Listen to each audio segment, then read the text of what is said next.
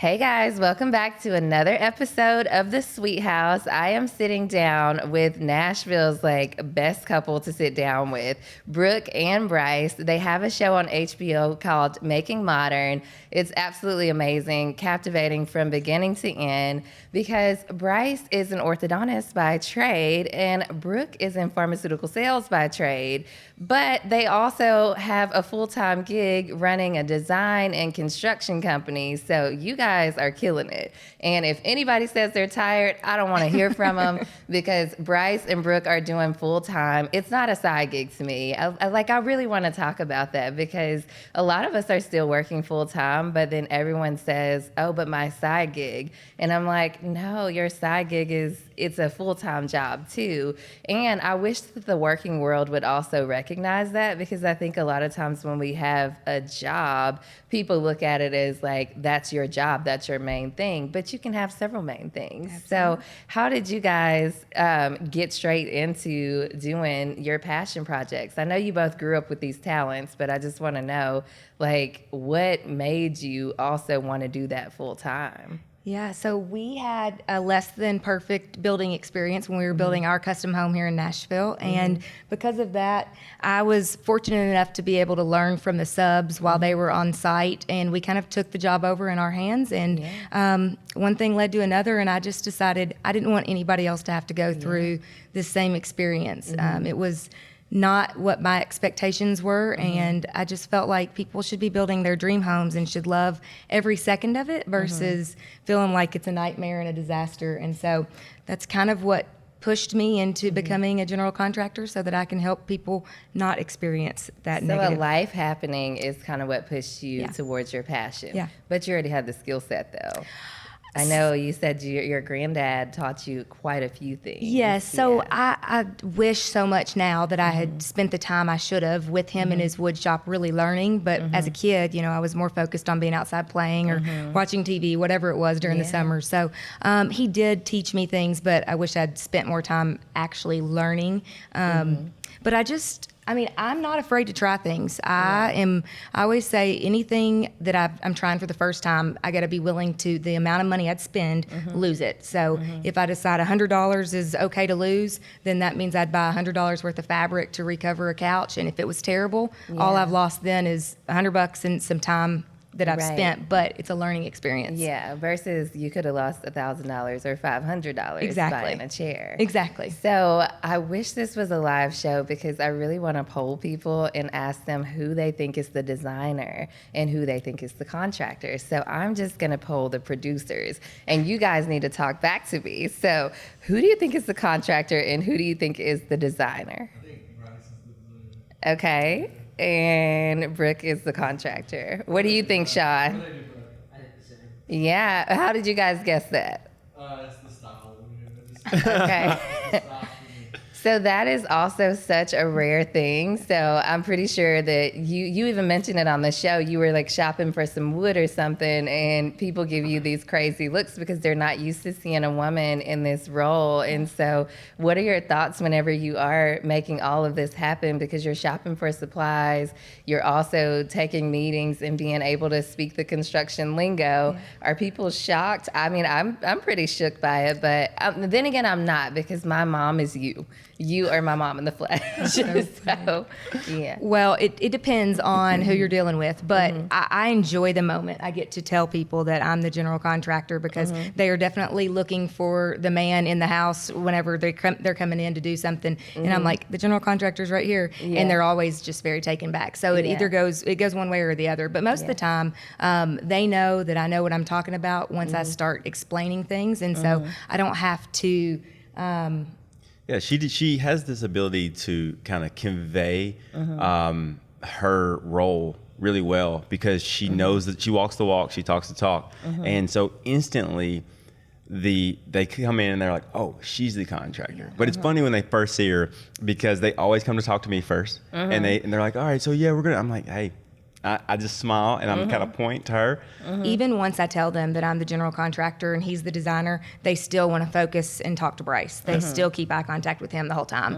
And it's not until we talk about scheduling out subs and doing certain things that they're trying to talk to him and he's like, I don't have I anything don't to know do what with to tell it. you. Or I just Yeah. walk away. I'm like, I don't know, man. Yeah. Yeah, and he's like, I actually do the design. Yep. So yeah. So how did you get into the passion, or how did you further your passion of design into working with Brooke to do the construction side? So that's a really great question. When we were going through that tough time of designing our house, building our house out, I kept finding things that I loved, and we couldn't find anybody to kind of create them. And I wanted stuff that was slightly different, that had like a little bit more of a modern edge, but still Yeah. classy and things that would last. Yeah. And we couldn't find it. And so what I started doing is I started sketching out stuff for Brooke to create. And the more and more I did it, the more and more she created these things. And I was like, oh, this is going to work. Yeah. And so I just kept on designing more and more, and she kept making more. And so that's how the design and build part came together. So you guys have been married for over a decade now, right? Okay. That sounds so funny. That sounds so funny. It over a does. decade. It sounds funny. My husband and I have been together for 13 years and married for 6. So, but we don't work on home projects together at all because we might have to be at the courthouse. Which is pretty typical Yeah. for most couples. Like, Yeah, that is we're typical. so competitive. We don't even we have a hard time playing board games together. So I'm just wondering how you guys came together to put your skill sets together.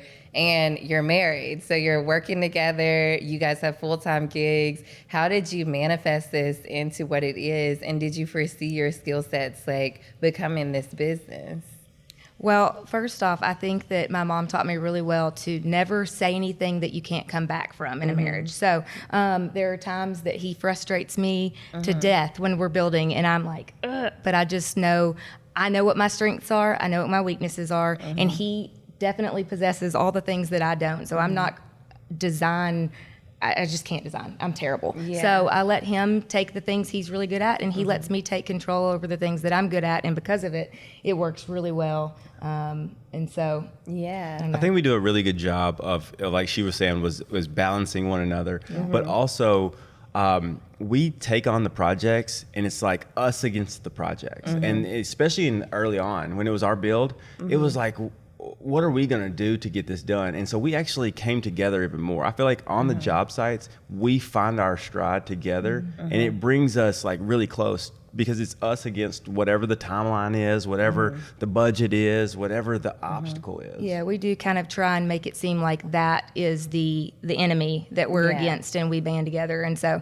that does make it seem, it's more fun that way Yeah. too, because then we both also share in the victory at the end, because Yeah. we are victorious. We get to see the fruits of our labor. It's a Yeah. beautiful project, but then Yeah. we've grown closer in the process too. Yeah, well, for sure. I mean, there's lots of details. And then I saw one episode where you were asking her, what do you have going on today? And what do you have going on this week? And I think that is such a vital marriage tip to give people. Yeah. And that's one that you don't hear a lot, is like to actually communicate what you actually have going on. Because sometimes you think you've said it and it's still in your head. So to see you guys like beautifully articulate like what it is you have going on, you're like, I got to go to this pharmaceutical meeting today, and then I've got a lunch, and then you straight up tell him like, I can't be there, so I'm gonna have to find a sub, or you're gonna have to step in, or vice versa. Or you told her one day you were with patients all day. Yep. And so I think that that's also, you guys like work together like a symphony.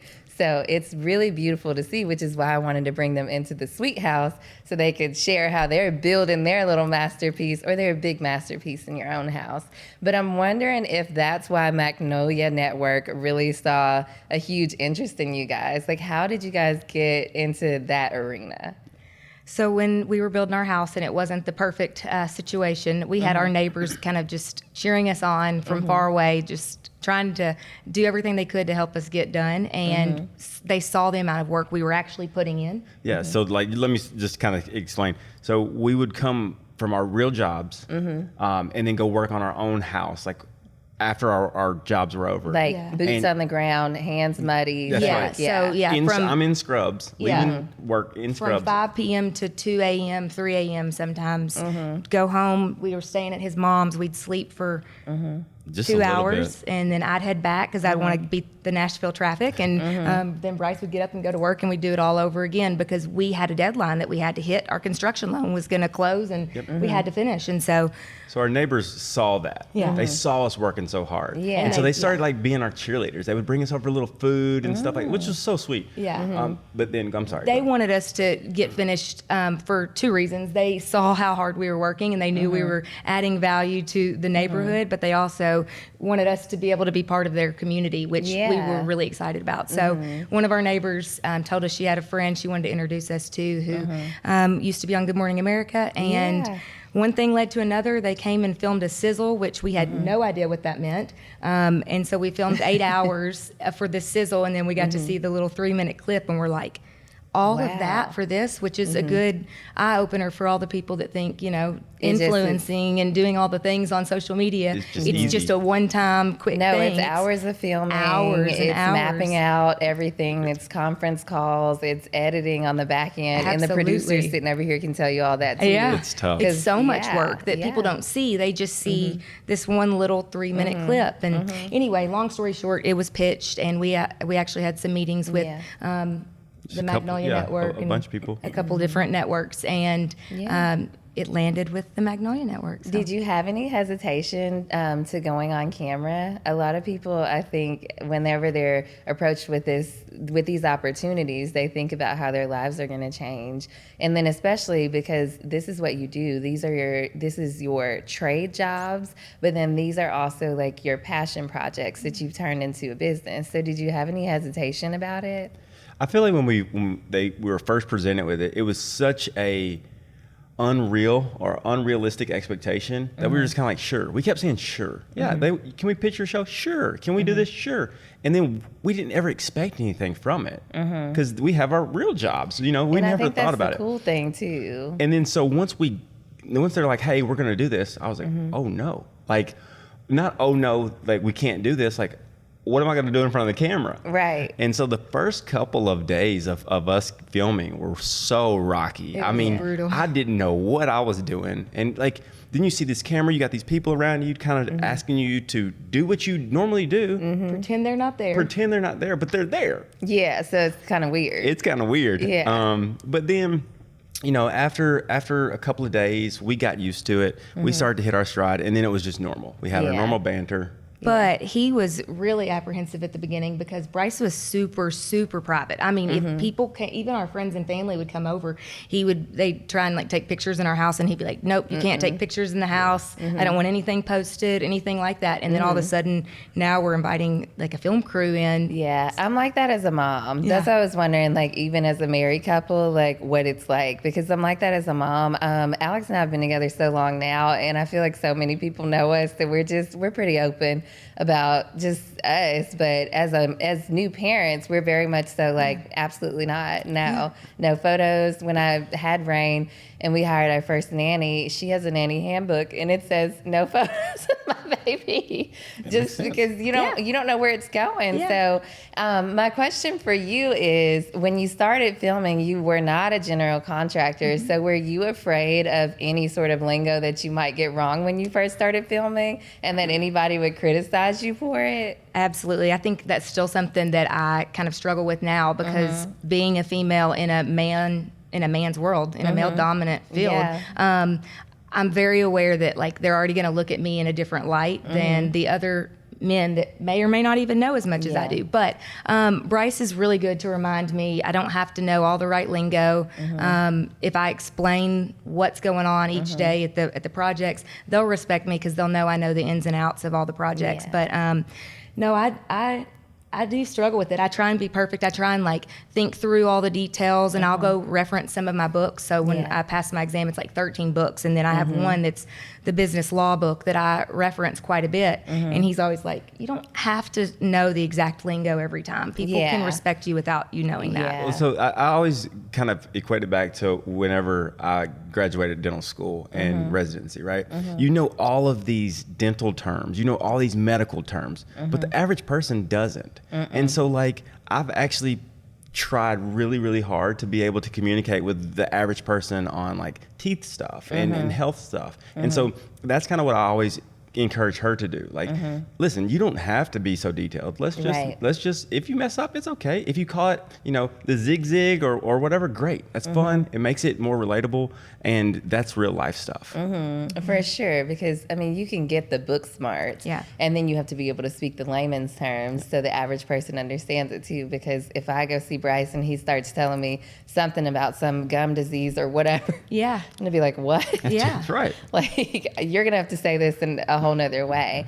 But back to you as an orthodontist, you also are in your own practice. So I want the audience to really understand that you're not working for another company, you're working for yourself. So you are self-employed, you are an orthodontist. And so what I really want to hone in on is business advice, because like I said, if he were working for someone, he would be going in and adhering to their protocol, but you're adhering to your own protocol and your own business journey. So what's the best business advice that you can give? And I have to give kudos to you too, Brooke, because I know that you've been a vital part in help designing his office, which is beautiful, and making all this happen. So I'm just curious to know, what is the best business advice? And you can answer too, but this is definitely, I want to hear from you, because I don't know how you're doing all this. I think owning a business is the hardest thing I've ever done. There's multiple things that you have to manage. There's things that you have to be. Some days you're the janitor, some days you're the CEO, some days you're the marketing team, everything.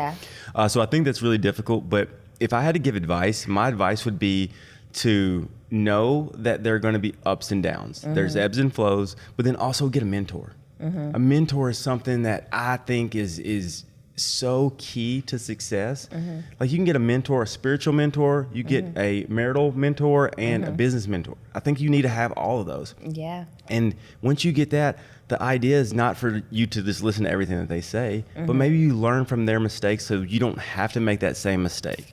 Or maybe you take their experience and their knowledge and put it with your experience and your knowledge and make something even better. And so to me, that is like one of the most important things in business. And I struggle with that, because I don't like asking for help. I think that's a hard thing for me too. It's challenging. And so you have to give up and be a little bit vulnerable to say, hey, can you help me? And so that's what I struggle with. But luckily I have Brooke to lean on a lot. I run business stuff by her all the time, which I don't know when she has time to listen to me, but nonetheless, that to me is key to business.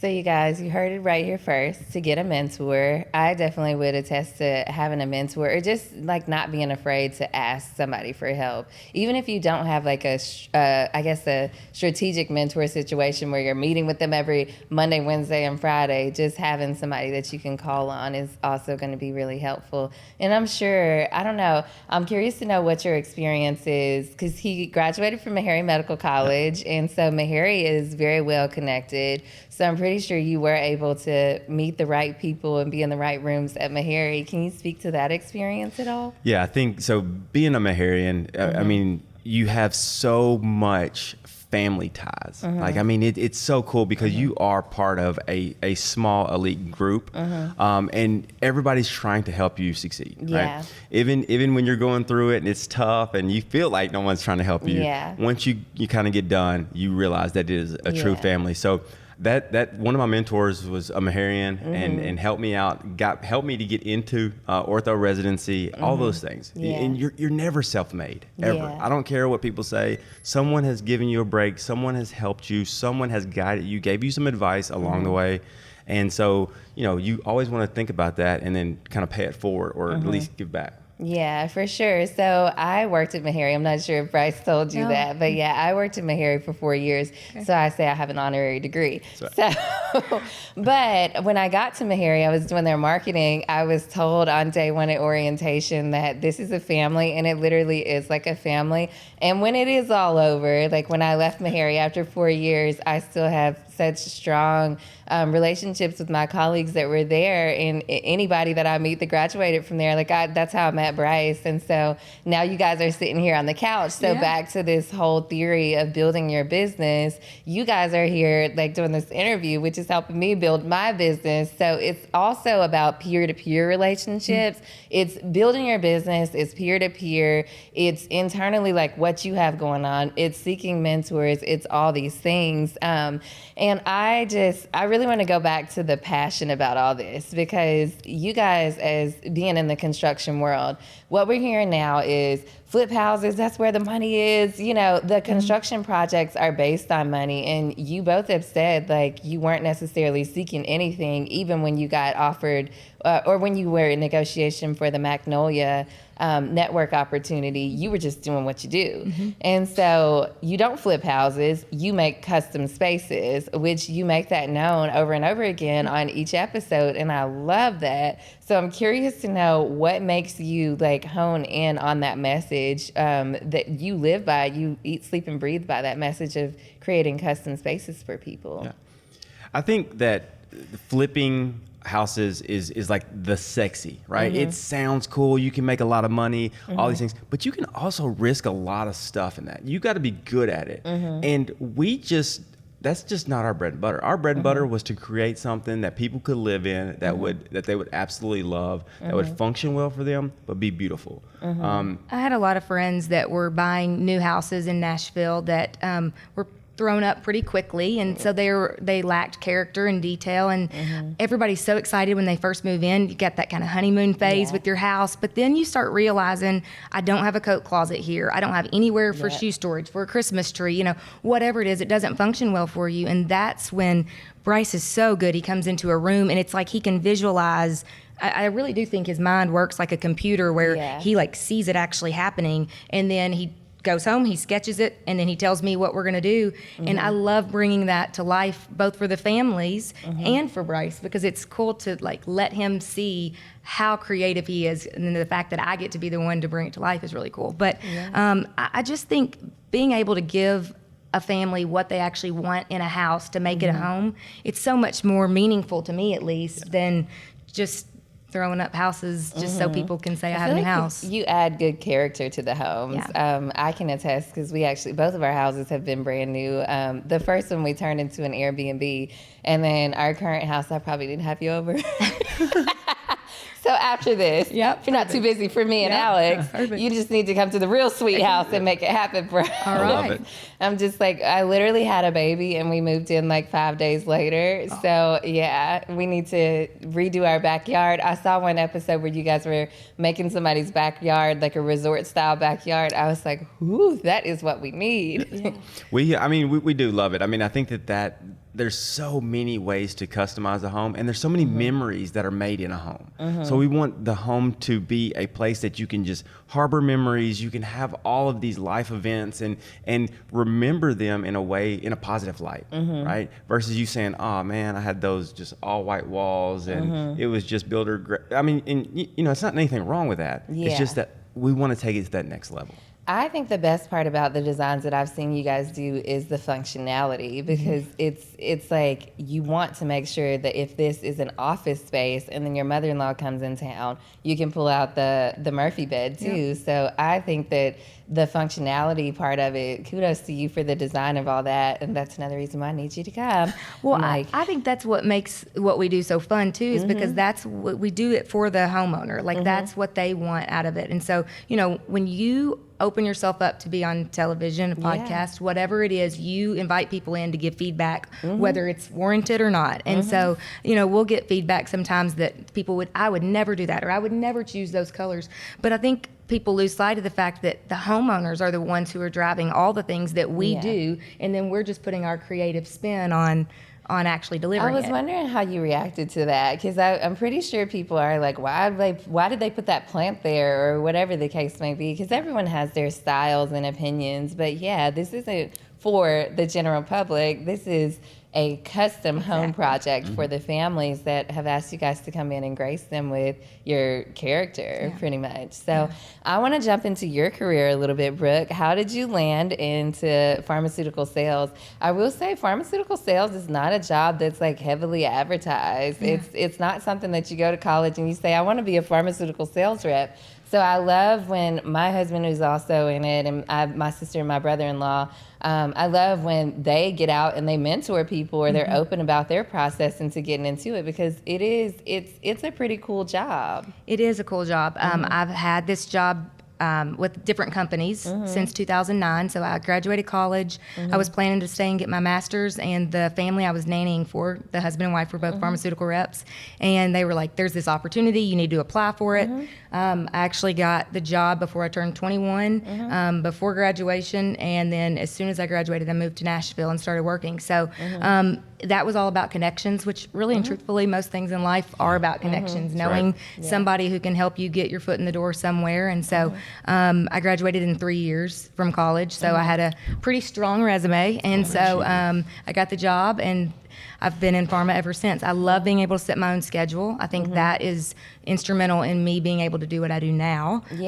Because now I used to call being a general contractor my side job, but like you said earlier, it's a full-time thing. So now we call my pharmaceutical job my W-2 job, and then the other one is my other job, so that, because otherwise I feel like I'm doing a disservice to one or the other. So absolutely, it's almost like you're discrediting yourself when you say it's a side gig. I stopped saying that a while ago. Actually, this is on a whole nother episode, but I got laid off from iHeart. I was doing weekly marketing there in February.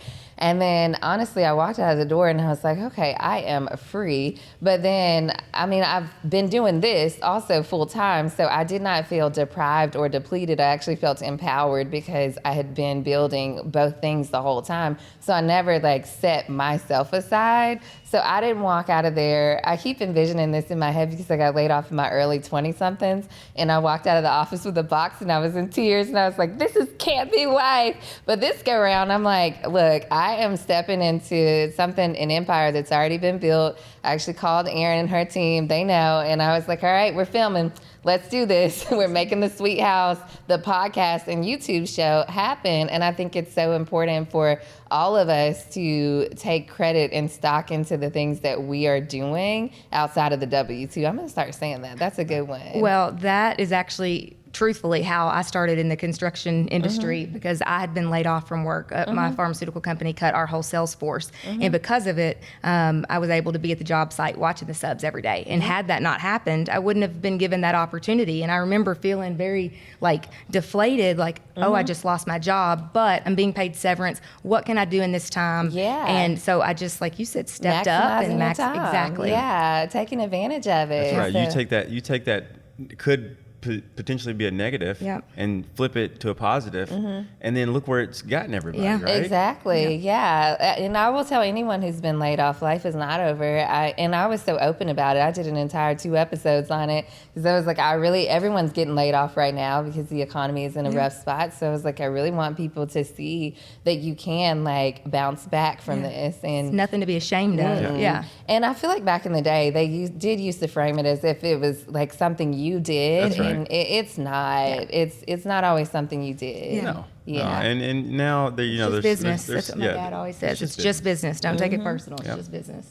So I was talking to my aunt after I got laid off, and she was saying to me, well, do you think that maybe they felt some type of way that you were doing all this stuff outside of work? And I was like, no. And I definitely will say that if I ever work a W-2 job that makes me not be able to do what I want to do outside of work, I'm not going to work there. And so I'm curious to know how your companies have felt about it too, because I'm pretty open with it. When I work for a W-2 job, I tell them, this is what I have going on. And honestly, and I've been doing this for at least 13 years now, and honestly, I feel like that is what has gotten me my jobs, because they have seen the work that I'm able to do with an entrepreneurial spirit, and that's what's put me into these roles. And so, like I said, I would never work somewhere that discredits me or doesn't allow me to step into that calling. So I'm curious to know what's been your experience with it. Yeah, so when I first found out that we had the opportunity to film even, what was it, the pilot, or was it Probably the pilot. We got the whole season? No, it was the pilot. The pilot episode. When I first found out we got the pilot episode, I immediately called HR at our company to put in a request, because I wasn't sure if I would be allowed to do both things. No, it was when we got the season. Okay. And they said immediately, of course you can. If you can schedule things outside of work hours and balance, everybody has side projects that they're doing. They said everybody's got a soccer team they coach, or they've got kids that they're running to tennis practice or ballet, and we don't want to hold you back. Yeah. And we know you'll be happiest at work when you're happiest at home. And if this is what makes you happy, we support you. And so it's been, I was very That's nervous huge. though, because they could have not. They could have said absolutely not. You can't have, because I mean, all the paperwork when I first got hired by them said we couldn't have jobs that would compete. You sign non-competes, especially when you get so high up in your career working in corporate. You do start having to do the things like that. So,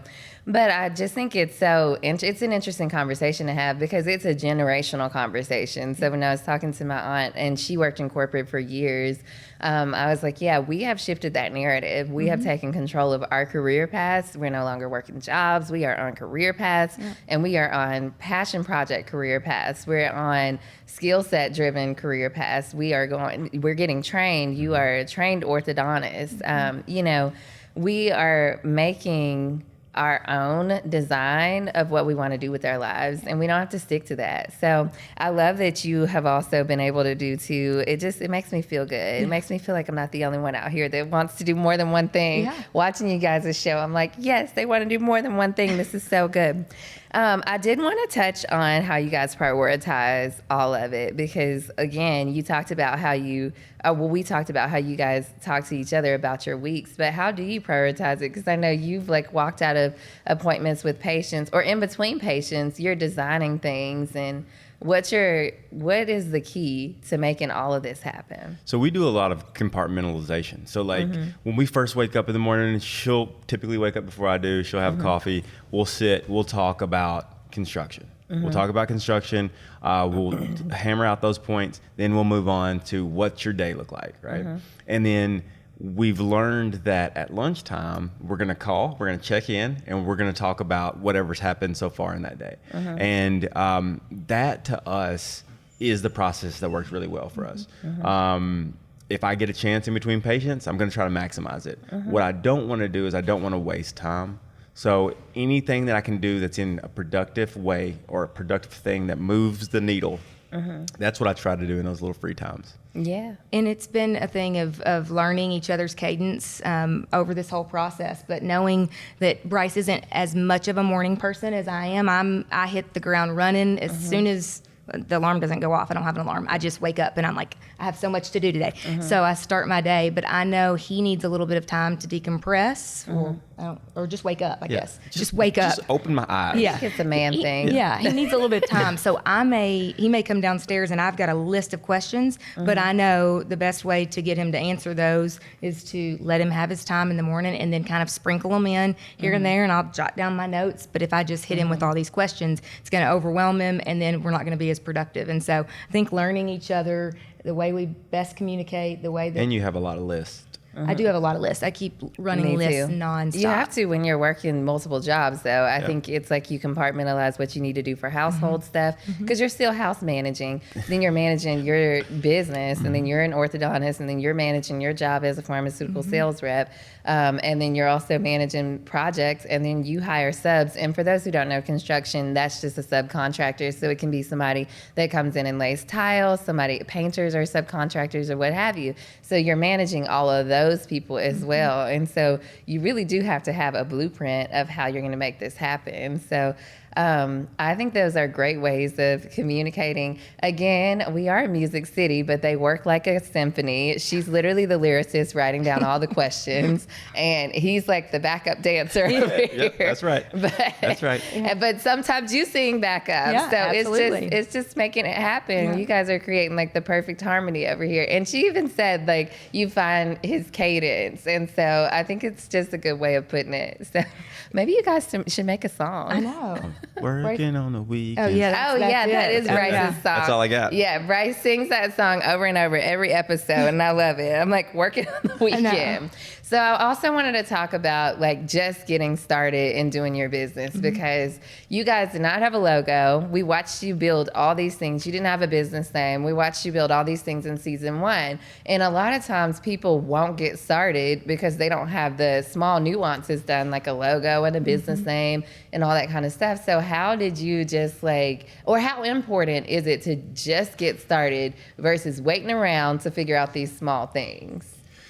To me, this is a great question. I believe in ready, shoot, aim. It's like a technique that you just go and do it, and then you can refine it as you go.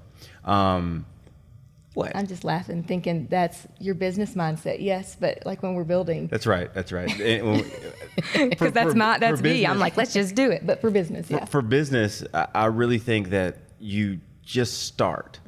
You can figure out all the other stuff. They will start to make sense. I mean, you'll understand your why as you're going. Everybody's always like, find your why, find your logo, get your color schemes, get your brand book. Those things slow you down. Yeah. Just go, then those things will come. Now, you don't neglect them because you need those things. Right. But you don't need them to start. And people are going to tell you that you do, but you don't, because we started without it. Yeah. And we figured it out along the way. Yeah. And I think that I think it comes from being willing to put in the work ourselves, though. Like, we were the workers doing the work. We were the boots on the ground. We were, it didn't matter if we had to stay up till 2 and 3 a.m. to finish projects. We were going to get those finished and completed to the standards that we thought they should be done. And I think that because we were willing to put in the actual physical labor and work, it kind of spoke for itself and created a business for us. Yeah. Naturally. I mean, and then we were like, oh, we have all these people reaching out that want more work done. It's not just friends of friends or family members.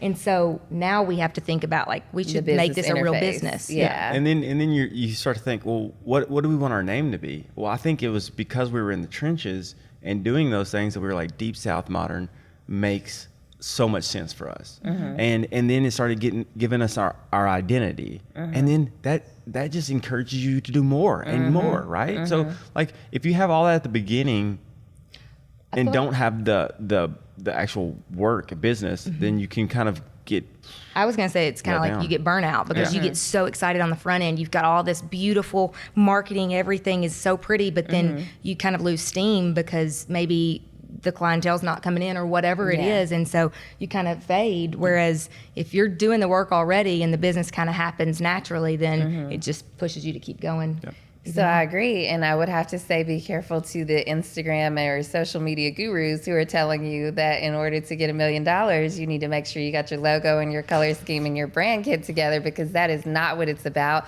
It gets nitty and gritty behind the scenes, and the work is what's going to take the level, your business to the next level. And speaking of the work, we're going to give Brooke her flowers in the Sweet House today, because as of 2022, women make up 10.9% of the construction workforce, and Brooke is part of that group, and 9.4% of all general contractors are women, and that's a very low number. I think I read something, there were like 30,000 general contractors in the United States. It's a little over that, but 9.4% of that is a small group of folks. And so it's not even Women's History Month, but she is making women's history, and we love to see it. And I just want to know what your thoughts are on getting more women involved in construction, especially because after this pandemic really changed a lot of people's thought processes on educational career paths. They're going, or traditional educational career paths, they're going tech jobs or trade jobs. So I'm just curious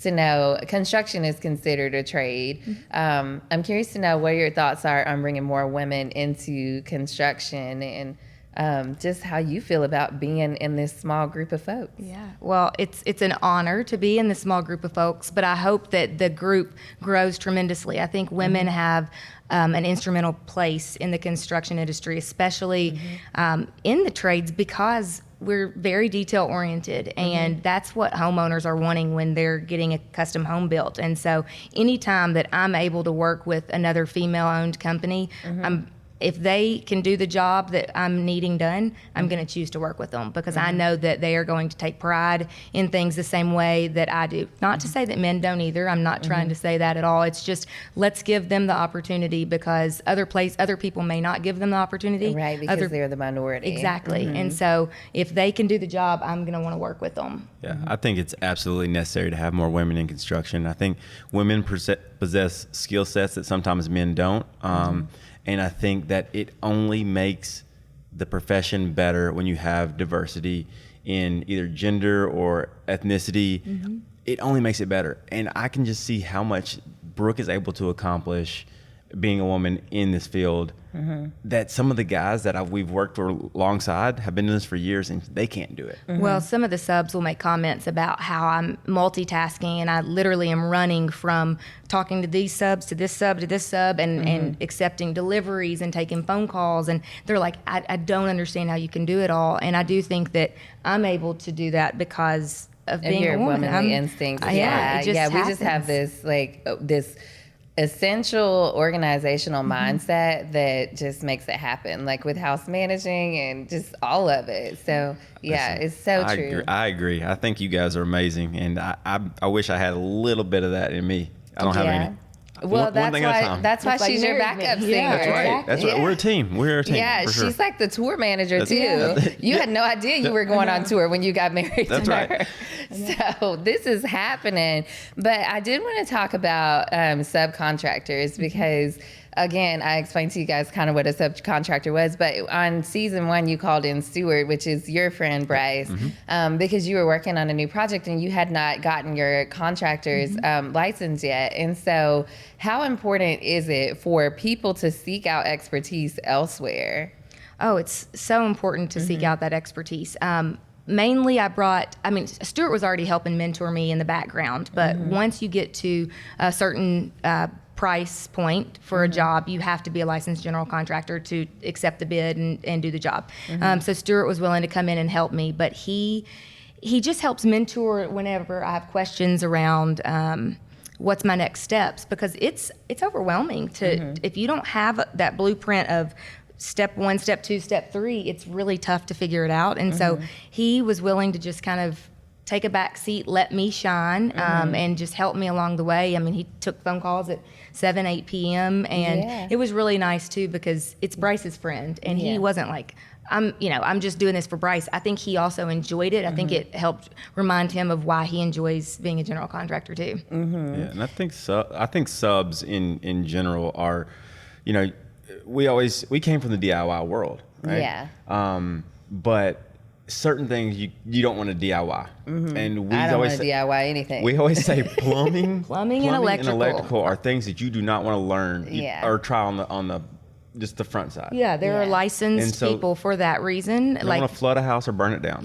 Yeah. And your insurance Seriously. your home insurance won't cover it if you do it. So that's why you just go ahead and have the real people do the hire job. those subs. Yeah, well, good to know. I had no idea home insurance wouldn't cover it. I'm like, so don't go try it. I know, again, like I said, we're all finding these people that are inspirational on social media. That's right. Do not go try electrical or plumbing without the right professionals behind you. I want to know what it's like to film and do the work, because I know it's not easy as a content creator to create all the content and then go edit it and make sure that you are the product, you are the talent that's on camera. So I just wonder what it's like to film and work.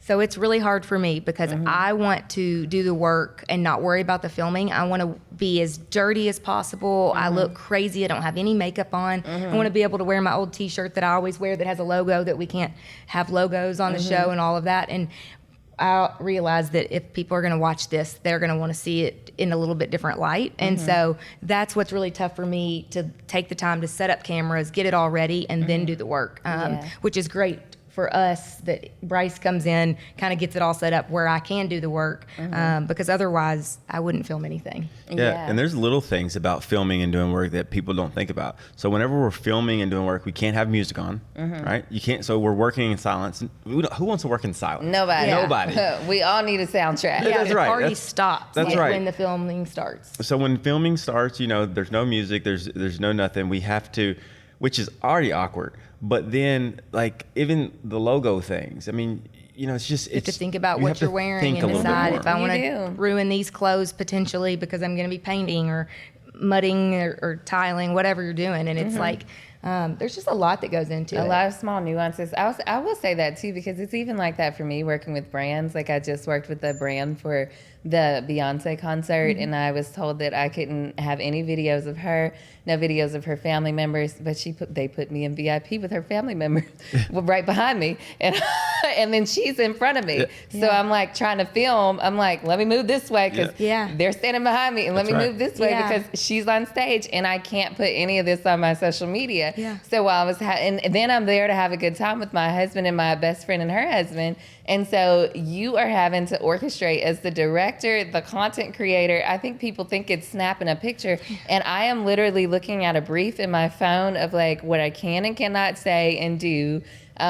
Just even saying some of the words, or they literally have a list of do's and don'ts. And so I'm doing all of this while I'm at the concert. And so it is a profession. And I really want people to think about content creation in this way, because it's a profession and it's a talent that I've honed to be able to still have a good time and do it, because I'm in a concert and I want to have a good time. Yeah. So I'll study the brief beforehand so that when I get there, I know. And then sometimes when you get on the set, you just got to scope it out and see how you're going to make this happen. So yeah, it's not easy to not film easy. it. So I appreciate you guys giving that background to what it all looks like. But so do you have a crew with you all the time, or are you doing self-filming too with you? We do a little both. Self-filming is a lot quicker, right? Because we don't have 6 people walking around us and us walking around them. The self-filming is really whenever we're doing things during the work week after hours, Yeah, pretty much. it's like a check-in. Yeah, check-in kind of situation. Sometimes we'll set the camera up and film it, but it's mainly because we're filming for the show with the crew on the weekends. And so because of that, then we kind of fill in the gaps. But I like that we do some self-shot footage because it kind of invites the people at home into our world, because it is, and on season 3 that's coming up, you'll get to see like me. I put on my dust mask to start sanding, and I watch it back, and I'm like, it really does feel like you're right there in the room with me. It does, and especially when you talk directly to the camera. It just makes people feel like you're talking to them. So it makes me feel like I'm in y'all's house with you. We're probably neighbors. We're pretty close to each other, I'm sure. But anyways, and because we live in the city, and a lot of people don't live in the city in Nashville, they move outside the city. And I'm like, no, I love the city. And I want to raise rain in the city and all that. I do want to know what it's like when you're working with people, because you often let them work on their own projects. And so what's it like to bring in your family and your friends and let them actually work on their projects? I mean, I'm interested, but then a part of me is like, I'm not interested. I would be interested if you came and worked on our house. I guess it would depend on who's doing the project. Exactly. But if I had just any old contractor, I mean, our house is brand new, and we've been trying to deal with our contractor because it's been a year and a half, and he was supposed to do his year inspection. And so I don't want to work with him. But if you come, then but I'm curious to know what it's like to have your family and friends participate in the projects. Well, it's always fun for me to have my mom help participate, because she's so talented, and she is the reason that I'm as creative as I am. She always gave me like the freedom to just make and do. But whenever the homeowner wants to do something, I can kind of always gauge their level of want to. And then I say, like, is there anything you'd want to learn? And then kind of go from there. So What like if they're Ty doing a wanted, bad job? well, I'm there. I'm not letting them do it. She'll fix it. I won't let them do anything that they could truly mess up. So like I let Ty tile, but I was there helping, and so it wasn't just like, all right, go to town, you've got this. So most things that Just I'm be like, willing, good, you did good, and then they'll walk off and she'll fix it. I would say most things I'm willing to let people join in and learn from. I'm typically having to kind of fix some of the mistakes, but that does take more time out of my schedule, I guess. But it also gives them the ability to feel empowered and learn. And if I don't give them that opportunity, they're probably not going to get it. So, and if it's a desire they have, then why not? So. Yeah, and then too, it's like lets them have the memory that they participated in the project. Yeah. So I also love that she lets her family, or they both let their family and their friends, or whoever's project it is, be a part of the project, because that is not a typical case with construction. A lot of times you can't even get in touch with your contractor. I'm like, sir, My window has been broken for a year and a half, and he says it's on back order. So, See, if there were more ma'ams, then it'd probably get finished. yeah. I totally think so. Yeah. I mean, I feel like I could totally, if there were more ma'ams, you're right. My window would not still be broken. He claims it's on back order, but I'm not going to go there because this is not about me and my own project. But just know that it happens. It happens in new builds that you think are just going to be like the best thing ever. And then you are still dealing with stuff like a year later. You both have incredible imaginations. And like you mentioned earlier, Brice is literally like, it's like watching a computer or something design this stuff. Like even the way you explain it, I'm like, how is this coming out of one person's mind? Because I don't think like that. So my question is, do you ever create projects for other people that you want to do in your own house? Is it like a kid in a candy store and you're like, oh, wow, I just did this for them. I want to do this in our house too. Are you constantly changing things? I think that's our goal. Yeah. Every project he designs we would want it in our own house. Yeah, and honestly, every project that we walk out of, I'm like, man, I wish we had that in our house. And do we do a lot in our own house? No, because we've put so much time and effort into other people's projects. We just don't do a lot at our house. But this season, you'll see something. But this season, we are able to do one, and that's Okay, exciting. we're going from the sweet house to their house, you guys, for season 3. That's right. So I can't wait to see what you're doing in your own house. I love the design already, and it seems like everybody you've worked with that you invite over to your house, they're all like, "Can we just move in here, forget our design?" I like to bring people over, even though we do have things in our house that we'd like to do and change. But I like to bring them over because I want them to see the level of quality that we bring to a project, and I think that puts some of their concerns at bay because they're like, okay, if they did this at their house, they can do my house. Yeah, and I think Absolutely. They can see a level of modern that's livable, right? 'Cause Yeah. a lot of times when people think of modern, they think of cold and sterile, and that's just not what it has to be. And we use our house. I mean, shoes are on in the house. Functionality, I told you. We use our stuff, probably too much, but There's some nail holes in the wood floor That's where right. I've been building things inside, But the point football is, game's on, so I want to watch the Yeah. game. the point is that we want to make sure that they see that there is a nice blend of modern and livability. Yeah. My first apartment after college was downtown Memphis, and it was just like this old building that they renovated and made it all industrial. And I wish that I knew you guys then because it was like a jail cell because it was modern. But I know for a fact, like, I probably could have put a Murphy bed in there. And, like, I was looking at some of the things that you guys were doing on the show. Yeah. And I was like, man, that place just needed some functionality. So, but yeah, it just made me think of even your definition of what you want to do, like creating modern designs that feel warm and homey. So anyways, I want to talk about education because, again, the pandemic, college kids, a lot of them didn't go back. I was actually meeting with one of my deans at the University of Memphis. Well, he was the dean then. Now he's like the dean of students. And so he was saying enrollment in general is down tremendously and people are not coming back to college. A lot of the kids who were in college during the pandemic, they didn't come back. And then a lot are not wanting to go to college now because they're seeing on social media that you can create a career otherwise. So I'm curious to know what your thoughts are on continuing education because neither one of you let a high school diploma stop you or undergraduate degree and even grad school, for instance, or continuing education, getting a contractor's license. So I'm curious to know. I have an MBA. I am an advocate for education, but I'm open to anybody who doesn't think that way. I think that's a really good point. So education is important. I think that education with a purpose is the most important part of education. So you have to have some type of direction. And if you don't have any direction, that's fine. I think you should always be learning. You should always be seeking more knowledge or seeking a trade or seeking something. And to me, that is what so many people miss. They just either go through the motions to get a degree, or they go through and get to the end, and then they're like, now what?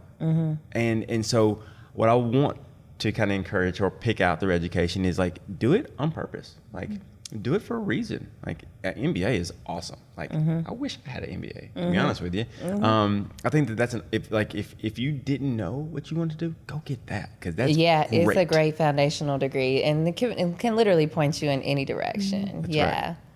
Yeah, I think I just, there's so many things that just you can learn and that are out there just for you to grab.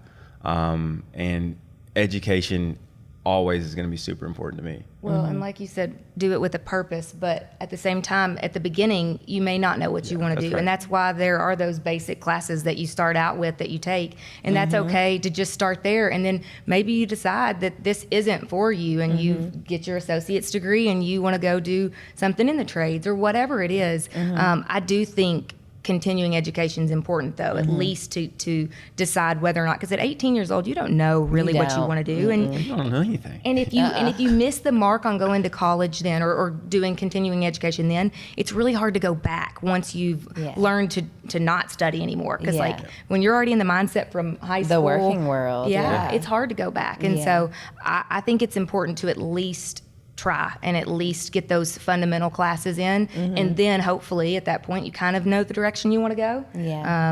But I do also think that we're kind of creating this like false narrative that everybody can be an influencer or or an Instagram celebrity and Or make millions on a YouTube and channel. yes, and some that's people are the doing elite. that, but that's the exception, not the. And it's a small group of It's- people. It's- yeah, too. it is I an think elite it group. looks like it's a lot more people, but it's a small group of people. And it's hard. It is hard work, and it did not happen for me overnight. And the amount of people that I get that are like, I want to go to coffee, or how did you make this happen? I'm just like, a coffee date. I could teach a whole MBA degree on how to do all this stuff. It's not necessarily something that just showed up for me. It's not like I just made it happen overnight. And even just because somebody has X amount of followers also doesn't mean that they're bringing in X amount of revenue. Yeah. So That's right. I want people to see that, which is another reason why I wanted to start the Sweet House, so people could see people who are working hard and in their professions and in multiple professions at the same time, like you guys, and be inspired to do more and to continue learning and to continue having these conversations on just how to be better people in general. So I just wanted to invite good people to the Sweet House so you guys could get all that goodness. But I want to know, though, when you get done working, like, what does your self-care routine look like? How do you unwind? Well, that's a great question. What is self-care? Yeah, that's I a don't really know. great question. Still because, learning that one. Yeah, I don't know that I spend the time I should on myself to unwind. I really do like want to be busy all the time. Like that's kind of just who I am. But I have to learn to kind of stop and unplug, and it's really tough for me. And he does a good job of helping balance that. But I like to do creative things in my downtime that aren't the physical things, like not tiling a bathroom, which I enjoy too, but I like to just sit sometimes and like doodle or paint or That don't have timelines. I think They don't have timelines. timelines are one thing that can crush passion projects. which is Like if you can be as passionate as you want to about something, but if you put a timeline on it, it starts to make it less fun. Yeah. like I love to paint the paintings that I do for the show. Like every one of them is like a custom piece, but a lot of times they are done at that's the very last thing that's done before the homeowners come in and see the space, because I'm on this timeline. I don't feel creative, and then all of a sudden it just kind of hits me. But I'd love to just sit on the couch and do that when I'm trying to wind down. But I've watched you also do some things. I don't think you noticed them, but I've watched you do some things that I feel like are probably pretty good self-care projects. You seem like someone who likes to give gifts as a way of your self-care. Yeah. So there was the one episode where you made the baby chair, guess and then that's the true. other episode where you made the makeup chair for Tiara. And so I think that it's important for people to see that too, because you are honoring yourself by honoring your like ways of love. And so it's like you're gift giving, but then you're also taking something and making it beautiful to give to somebody else. So that's so accurate, and I've Yeah. never been able to articulate that. Yeah. But that's what. Just imagine I was saying that to you, because that's how it is. Sometimes I rope him into my gift giving nature, that I want to make something for someone, and he's like, Yeah. "This is something you want to do. How did I get roped into it?" But I try and explain to him like, "This It is what feels makes me good. happy." Yeah. This is that's like her love language. Yeah. Yeah, it's her love language. That was that's- the word. but I don't that's- know. My brain wasn't working. But that's the good. love I've never language. thought of that as that being part of my self-care, because I guess I was thinking just self, like, what am I doing physically for me? But I guess internally, that is what makes me happy. I want people to also see that self-care is not necessarily a massage. Yeah. It's not necessarily sleeping all day. Like Yeah. when I was 23 and I was living in Louisville and working like my second corporate job out of college, and I was just like, it just was not the best corporate job. I was just feeling overwhelmed and overworked, and just all my friends were still in college, and I'm out here in the big girl world. And I remember talking to one of my colleagues, and he said, well, you don't have to sleep to like have self-care. Because I was like, I'm exhausted. And it's like sometimes self-care is like doing things that you love and like you're passionate about. So I think there's multiple ways besides just going to get a massage and going to sleep. My self-care sometimes is Rain and I, my daughter, we went out and we rain danced on Saturday morning because it was literally supposed to rain during the Beyonce concert. So I was like, we're going out to rain dance. And it did not rain during the Beyonce concert because Rain and I rain danced. Yes. That was our way of like wishing good things to happen. But I want to know what's next for you guys. So we want to continue to inspire, create, and make spaces that people can enjoy for a very long time. I don't know what else. No, feel like I there's think so much more. Yeah, I think I don't know that we ever set boundaries or limitations. We have goals, obviously, and it's just to continue to grow and expand. And I really love teaching. So once we are finally able to get our workshop built that's on our land, I would love to be able to host workshops where other women and men can come in and learn how to use tools, or maybe have advanced and intermediate and beginner level classes where people can just feel empowered, because that brings me a lot of joy to know that I can teach somebody else something and then they can take it and learn and then pass it along. So Okay, I'm hooked. Okay. So I have gotten through season 1 and season 2 of Making Modern on HBO with Brooke and Brice. And season 3 is coming out. When is it coming out? this Friday. This Friday. And so I just want you guys to go and check them out. Keep in touch with them on social media and be inspired, because they are building an empire and there's so much more to come for you guys. And we love to see it. We love to see good examples of marriage and love and happiness and business building and people in their careers. So thank you for coming to the Sweet House. And I am just so honored to be in your presence. Well, thank you. Well, thank you. This is awesome. This is a good experience. You copying me. I always do.